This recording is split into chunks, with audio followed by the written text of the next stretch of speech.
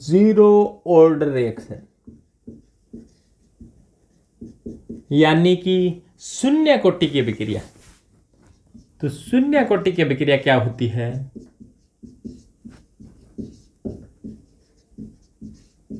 वे अभिक्रिया जिनमें अभिक्रिया का वेग अभिकारक की शून्य घातांक के समानुपाती होता है, शून्य कोटि की अभिक्रिया कहलाता है। जैसे मान लो कि कोई ए है, वो प्रोडक्ट में चेंज हो रहा है, ए प्रोडक्ट में चेंज हो रहा है, तो ए के प्रारंभिक मोल मान लो ए है। ए क्या है? कुछ नहीं है, रिएक्टेंट है, या आप ऐसे ही कह सकते हो कोई रिएक्टेंट है, वो प्रोडक्ट में चेंज हो रहा है। तो ए के प्रारंभिक मोल ए है, प्रोडक्ट है, वो अभी तक बनना शुरू नहीं हुआ है, तो ये अपने ऐसे कह दें प्रारंभ में मोल कह दें, या प्रारंभ में सांद्रता कह दें। इकाई आयतन में उपस्थित मोलों की संख्या को सांद्रता कहते हैं। ये मोल है वो इकाई आयतन में है, तो इकाई आयतन के मोलों की संख्या को क्या कहा जाता है? सांद्रता कहा जाता है। कुछ समय के पश्चात क्या होगा? ए में से कुछ मोल हैं वो प्रोडक्ट में बदल जाएंगे, तो प्रोडक्ट में बदले मोलों की संख्या कितनी है? एक्स है। तो ए में से एक्स कम हो गया और एक्स मोल क्या हो गए? प्रोडक्ट में बदल गई। ये किसी समय की बात है, किसी समय, कोई भी समय ले सकते हो आप ने। अभिक्रिया शुरू होने के बाद में 5 मिनट के बाद में, 10 मिनट के बाद में, 15 मिनट के बाद में, आधे घंटे के बाद में देखा कि कितना के मोल प्रोडक्ट में बदल गए हैं, कितना बचा है। तो एक्स क्या है? उत्पाद के मोलों की संख्या है इकाई आयतन में। तो किसी समय उपस्थित सांद्रता है। तो रैट होती है गुलवर्ग और वाग्ये के अनुसार अभिक्रिया का वेग होता है वो अभिकारक यानी कि रिएक्टेंट की सांद्रता के समानुपाती होता है। रिएक्टेंट की सांद्रता के समानुपाती होता है। और प्रथम कोटि की अभिक्रिया तो अभिक्रिया का वेग अभिकारक की प्रथम घातांक के समानुपाती होता है। शून्य कोटि की अभिक्रिया तो अभिक्रिया का वेग अभिकारक की शून्य घातांक के समानुपाती होता है। तो आपने पढ़ रहे हैं शून्य कोटि की अभिक्रिया, तो वे अभिक्रिया जिनमें अभिक्रिया का वेग अभिकारक की शून्य घातांक के समानुपाती होता है, शून्य कोटि की अभिक्रिया कहलाता है। तो रैट समानुपाती क्या हो जाएगा? अभिकारक की शून्य घातांक, और रैट इजिकल टू क्या हो जाएगा?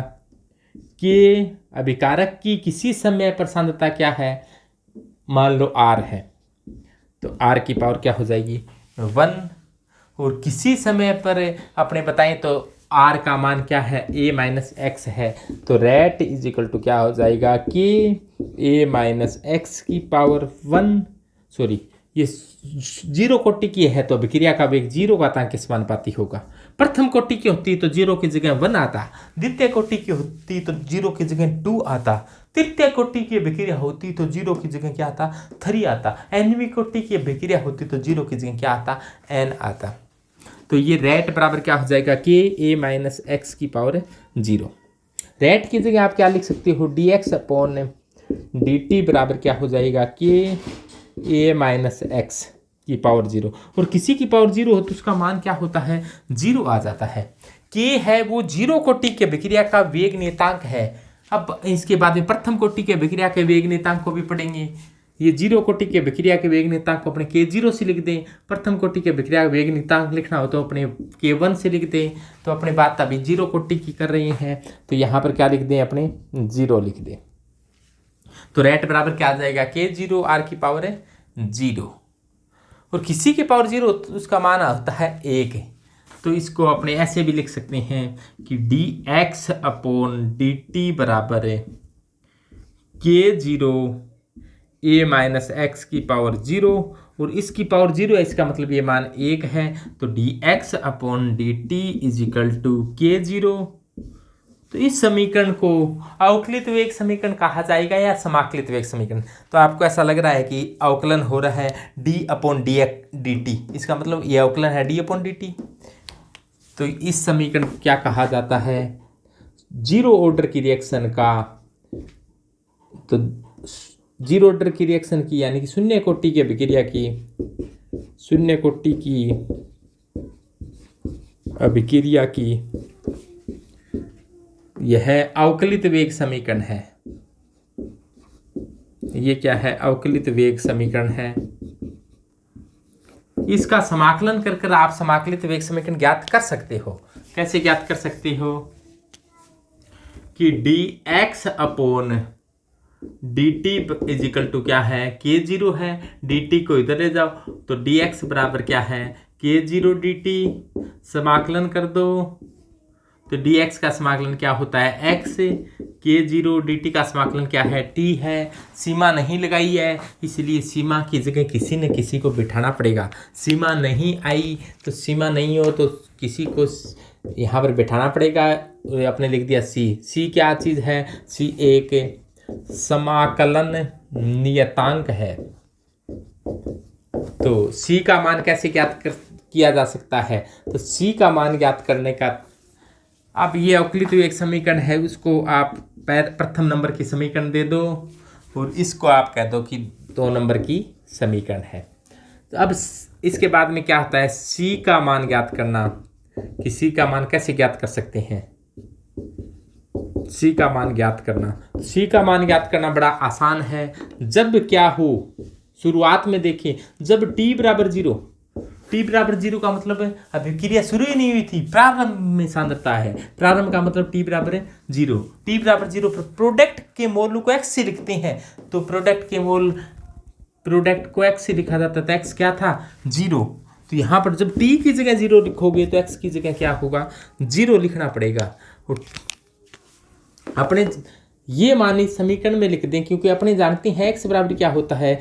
k0 t plus c। और t की जगह जब 0 लिखेंगे तो x की जगह भी क्या लिखना पड़ेगा? t की जगह 0 रखेंगे तो x की जगह भी 0 रखना पड़ेगा। तो c बराबर क्या गया? कुछ बचा ही नहीं, तो c बराबर क्या है? 0। अपने को ये पता चल गया कि c बराबर 0 है और c का मान 0 समीकरण नंबर 2 में रख दिया जाए तो x बराबर क्या जाएगा? तो x बराबर होता क्या है? k0 t plus c। तो c की जगह तो 0 आ ही गया, तो क्या आ गया? x बराबर k0 t। या आप ऐसे कह सकते हो k0 t बराबर x है। तो इसे क्या कहा जाता है? जीरो ऑर्डर की रिएक्शन की समाकलित वेग समीकरण है। तो ये क्या होगी? समाकलित वेग समीकरण है। कौन सी कोटि की? ये जीरो ऑर्डर की रिएक्शन की, यानी कि शून्य कोटि की अभिक्रिया की ये समाकलित वेग समीकरण है। तो अवकलित वेग समीकरण ये आ गई। समाकलित वेग समीकरण को इसी के साथ लिख देता हूँ कि x बराबर k0 t कह दो, या फिर k0 t बराबर क्या कह दो? x कह दो। ये क्या है? समाकलित वेग समीकरण है। इसके बाद में आपको बताना होता है कि अर्धायु क्या होती है। अर्धायु क्या होती है? कि अर्धायु वह समय है जिसमें क्रियाकारक आधे क्रियाकारक उत्पाद में बदल जाते हैं, जबकि आधे क्रियाकारक शेष रह जाते हैं। उस समय को हाफ लाइफ यानी कि अर्धायु कहा जाता है। तो अर्धायु क्या होती है? हाफ लाइफ क्या होती है? अर्धायु, हाफ लाइफ। तो अर्धायु पर क्या होता है? जब अर्धायु को कैसे बताइए आपको? कि जब t की जगह आप t हाफ हो जाए, यानी कि टाइम t हाफ की इक्वल हो जाए, तो प्रोडक्ट के मोल हैं वो क्रियाकारकों की प्रारंभिक सांद्रता के आधे हो जाते हैं। ये मान समाकलित वेग समीकरण में रख देंगे तो टी हाफ का मान आ जाएगा, क्योंकि समाकलित वेग समीकरण क्या होती है? k0 t बराबर x है। t की जगह आप t हाफ लिख दें तो x की जगह क्या लिखना पड़ेगा? a/2। तो t हाफ का मान निकालना है तो k0 को इधर ले आओ, तो t half is equal to क्या हो जाएगा? a/2 k0। तो ये क्या हो जाएगी? ये जीरो ऑर्डर की रिएक्शन की अर्धायु हो जाएगी। Half life for zero order reaction. तो ये क्या आ गई है? हाफ लाइफ आ गई है। हाफ लाइफ है किसके लिए? जीरो ऑर्डर रिएक्शन के लिए। यानी कि जीरो ऑर्डर की अभिक्रिया आधी संपन्न कितने टाइम में हो जाएगी? टी बराबर a/2 k0। तो इस समीकरण को अपने देखें ध्यान से कि टी हाफ का सूत्र ये आ गया है, a/2 k0 है। तो टी हाफ है वो समानुपाती किसकी है, ए की है। यानी कि अर्धायु प्रारंभिक सांद्रता की सीधे समानुपाती होती है। प्रारंभिक सांद्रता की सीधे समानुपाती का मतलब है जब क्रिया कारक है मान लो 100 ग्राम लिया है तो अर्धायु मान लो 5 मिनट है। यदि क्रिया कारक 200 ग्राम ले लोगे तो अर्धायु 5 से सीधी क्या हो जाएगी, दुगुनी हो जाएगी, 10 मिनट हो जाएगी। क्रिया कारक है वो आप 300 ग्राम ले लिया तो अर्धायु क्या हो जाएगी, 3 गुना हो जाएगी। क्रिया कारक 500 ग्राम ले लिया तो अर्धायु 5 गुना हो जाएगी। क्रिया कारक 1000 ग्राम ले लिया यानी कि 1 किलोग्राम ले लिया तो अर्धायु है वो 10 गुना हो जाएगी। यानी क्रिया कारक बढ़ेंगे तो अर्धायु क्या हो जाएगी, बढ़ेगी। यानी कि अपने ग्राफ खींचना चाहिए कि टी हाफ और ए के बीच में ग्राफ खींचते हैं तो टी हाफ और ए के क्या है कि टी हाफ है वो ए के सीधे समानुपाती है। समानुपाती का ग्राफ क्या आता है, सीधी रेखा आता है। और इस सीधी रेखा की ढाल ढाल निकाली जाए तो ढाल होती है थीटा और ढाल अपने कहा जाता है tan थीटा। निकालने इसका तो क्या हो जाएगा, लंबवती आधार। तो इसका मान जो आएगा वो किसको बताएगा, देखो कि टी हाफ इधर ले लिया, ए इधर ले लिया तो T half is equal to क्या है, ए अपॉन 2k नोट। तो इसको तो मान लिया आपने m, इसको y अक्ष पर ले लिया, इसको किस अक्ष पर ले लिया, x अक्ष पर ले लिया। तो ये कौन से प्रकार का ग्राफ हो गया, तो ग्राफ कई प्रकार के पढ़े होंगे आपने, y बराबर mx प्लस सी, y बराबर mx माइनस सी, y बराबर mx। तो ये कौन से प्रकार का हो गया, y बराबर mx। और m क्या होता है, यहाँ पर ढाल होता है, क्योंकि x अक्ष पर क्या ले लिया आपने, a ले लिया तो a को x अक्ष पर ले लिया है, ये x अक्ष होती है, ये y अक्ष होती है। और y अक्ष पर क्या ले लिया आपने, टी हाफ ले लिया है तो टी हाफ को y अक्ष पर ले लिया है। और तो m क्या है 1/2k नोट। तो m का मान क्या होगा 1/2k नोट है। तो यहाँ से वेग नियतांक की भी गणना की जा सकती है ढाल देखकर कि वेग नियतांक कितना होगा। तो ये तो अर्धायु क्या होती है, शून्य कोटि की अभिक्रिया की। अब शून्य कोटि की अभिक्रिया से संबंधित ग्राफ, तो शून्य कोटि की अभिक्रिया से संबंधित ग्राफ की बात करें तो देखो शून्य कोटि की अभिक्रिया के लिए अपने पढ़ा कि k0t बराबर क्या है, x है। ये समाकलित वेग समीकरण है। अवकलित वेग समीकरण पढ़ी अपने कि dx अपॉन dt बराबर क्या है, dx अपॉन dt बराबर क्या है, k है। शून्य कोटि का है तो इसलिए k नोट कह दिया है अपने। तो अपने देखें, अपने ग्राफ खींचना चाहते हैं, x और t के बीच में ग्राफ कैसा होगा। तो जो इस अक्ष को कहा जाता है x अक्ष, इस अक्ष को कहा जाता है y अक्ष। तो जो भी y अक्ष पर है उसको हमेशा लेफ्ट साइड में रखना और जो x अक्ष पर है उसको राइट साइड में रखना। तो x बराबर क्या है, k0t। तो x को तो अपने y अक्ष पर पहले से ही है ये, तो ये तो किधर है, y अक्ष पर है। और जो x अक्ष पर है t वो x अक्ष पर है। जो भी इसके साथ होता है वो ढाल कहलाता है m। तो इस प्रकार का यदि ग्राफ होगा तो ये क्या होगी, ढाल m होगी। तो y बराबर mx प्रकार का ग्राफ है। अंतःखंड है नहीं, अंतःखंड यदि प्लस का होता, यदि c प्लस का होता तो यहाँ पर कोई c नहीं है, c प्लस का होता तो ग्राफ ऊपर से शुरू होता है, या c माइनस का होता तो ग्राफ नीचे से शुरू होता है। यहाँ पर c है ही नहीं, तो c का मान शून्य है तो ग्राफ मूल बिंदु से शुरू होगा। और ढाल पॉजिटिव है, यहाँ पर प्लस का निशान है तो ग्राफ कैसे जाएगा, ऊपर जाएगा। यदि ढाल नेगेटिव होती तो ग्राफ कैसा आता, नीचे आता। तो ये हो गया y समानुपाती x का ग्राफ हो गया, यानी कि x समानुपाती किसकी हो गया, t हो गया। और इसकी ढाल निकालनी हो, ढाल होती है tan थीटा। तो tan थीटा का मान क्या है, यहाँ पर k0t के बराबर होगा। तो k0 के बराबर होगा। तो इस प्रकार से आप ग्राफ खींच सकते हो।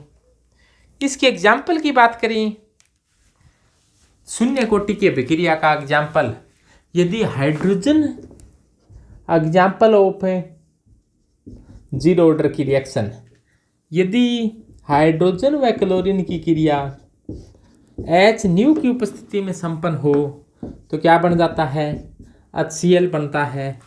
तो ये कौन सी कोटि की अभिक्रिया है, ये जीरो ऑर्डर की रिएक्शन है। तो जीरो ऑर्डर की रिएक्शन क्या होती है आप आसानी से बता सकते हो।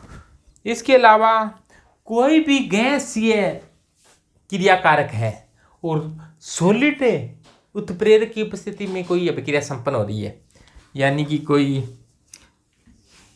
यहाँ पर तो क्या है, कोई सॉलिड कैटलिस्ट है, सॉलिड कैटलिस्ट है, और यहाँ पर जो क्रियाकारक है वो कैसे हैं, गैसीय अवस्था में है, टूट रही है, तो ये हमेशा जीरो ऑर्डर की रिएक्शन होगी। चाहे यहाँ पर कुछ ही हो, जैसे कोई एग्जांपल के तौर पर अमोनिया का टूटना, अमोनिया है वो प्लेटिनम उत्प्रेरक की स्थिति के अंदर N2+3H2 में बदल जाती है। तो ये भी कौन सी अभिक्रिया होती है, जीरो ऑर्डर की रिएक्शन होती है।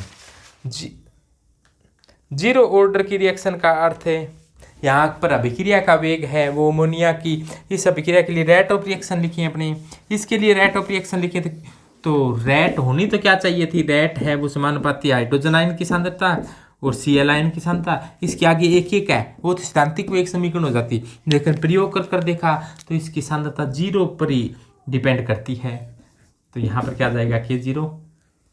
इसी प्रकार इस नीचे वाली अभिक्रिया के लिए रेट लिखें, ग्लूबर्ग और वागे के अनुसार रेट अभिक्रिया का वेग होना चाहिए था कि अमोनिया की सांद्रता की पावर 2 के समानुपाती है हो, समानुपाती का निशान हटा दे तो नियतांक लगा दें, लेकिन वास्तव में देखा गया तो ये किसकी पावर के समानुपाती है, जीरो की पावर के समानुपाती है, यानी कि अमोनिया की सांद्रता पर अभिक्रिया का वेग डिपेंड ही नहीं करता। समानुपाती का निशान हटा दिया तो एक नियतांक लगा दिया K0, यानी कि प्रायोगिक रूप से निर्धारित वेग समीकरण में अभिकारकों की घातांकों का योग अभिक्रिया की कोटि कहलाता है। यहाँ पर अभिकारकों की घातांक का योग शून्य आता है। तो ये कौन सी कोटि की अभिक्रिया है, शून्य कोटि की अभिक्रिया है। एक और ध्यान देना कि शून्य कोटि की अभिक्रिया है वो पूर्ण हो जाती है। बाकी जैसे मान लो प्रथम कोटि की अभिक्रिया है वो कभी पूर्ण नहीं होती, लेकिन शून्य कोटि की अभिक्रिया पूर्ण हो जाती है। कैसे पूर्ण होती है, देखो कि जीरो ऑर्डर की रिएक्शन है, जीरो ऑर्डर रिएक्शन है वो पूर्ण हो जाती है। कैसे हो जाती है, अपने जानते हैं कि इसके लिए K0T बराबर क्या होता है, X होता है। तो T पूर्ण होने का अर्थ क्या है, T हाफ क्या होता है, T बराबर T हाफ हो जाए तो X का मान क्या हो जाता है, A/2 हो जाता है। यानी कि जब प्रोडक्ट के मोल क्रियाकारकों के मोल के आधे रह जाते हैं, यानी कि प्रारंभ में जितने मोल लिए थे उसके आधे रह जाते हैं, A/2 है ये, तो उस समय को अपने क्या कहा जाता है, अर्ध आयु कहा जाता है। और K0T बराबर क्या है, X होता है, और T की जगह अपने T हाफ लिख दें तो X की जगह क्या लिखना पड़ेगा, A/2 लिखना पड़ेगा। और अपने इसी प्रकार से K0T बराबर क्या है, X है, और X का मान A हो जाए, यानी कि यदि X बराबर A हो जाए, X बराबर A का मतलब प्रोडक्ट है वो क्रियाकारकों के मूल्यों के बराबर हो जाए। यह तभी संभव है जब संपूर्ण क्रियाकारक उत्पाद में बदल जाए, यानी कि X का मान A हो जाएगा तो उस समय T को अपने क्या कहेंगे, T पूरा कह दें। तो T पूरा लिखना हो तो X की जगह क्या लिखना पड़ेगा, A लिखना पड़ेगा। तो K0T पूरा लिखना हो तो X की जगह क्या लिखना पड़ेगा, A लिखना पड़ेगा। तो X की जगह A लिखेंगे तो T पूरा निकालना हुआ आसान कि A/K0 को इधर ले जाओ, तो T पूरा होता है वो A/K0 होता है, और जबकि T हाफ होता है वो A/2K0 होता है। अब T हाफ और T पूरा में संबंध बताना चाहिए तो आप इस ऐसे भी बता सकते हो कि इसको समीकरण नंबर 1 कह दो, इसको समीकरण नंबर 2 कह दो, समीकरण 2 में A का भाग दे दो। समीकरण 2 क्या है कि T पूरा बराबर क्या है, A/K0 और टी हाफ बराबर क्या है, ए अपॉन 2 के नोट, इनका आपस में एक दूसरे में भाग दे दो, 2 में 1 का भाग दे दिया, तो टी पूरा अपॉन टी हाफ बराबर क्या आ गया है कि टी पूरा upon t half is equal to, a से ए कैंसिल हो गया है, के नोट से के नोट कैंसिल हो गया है, टी कहाँ आ गया है, ऊपर आ गया है, 2 बच गया है, 2 ऊपर आ गया तो 2 बच गया है।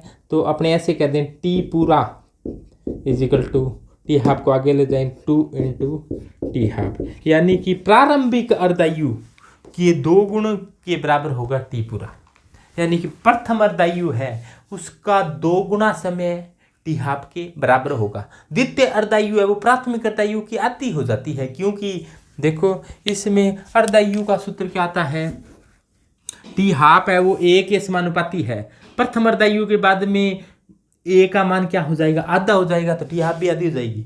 उसके बाद में अगली अर्धायु 1/4 रह जाएगी, उससे अगली अर्धायु 1/8 हो जाएगी, उससे अगली अर्धायु 1/16 हो जाएगी। यानी कि जैसे जैसे समय बीतता जाएगा वैसे वैसे अर्धायु भी क्या होती जाएगी, छोटी होती जाएगी। यानी कि जीरो ऑर्डर की रिएक्शन है वो प्रारंभिक अर्धायु के 2 गुणे समय के अंदर संपूर्ण संपन्न हो जाती है।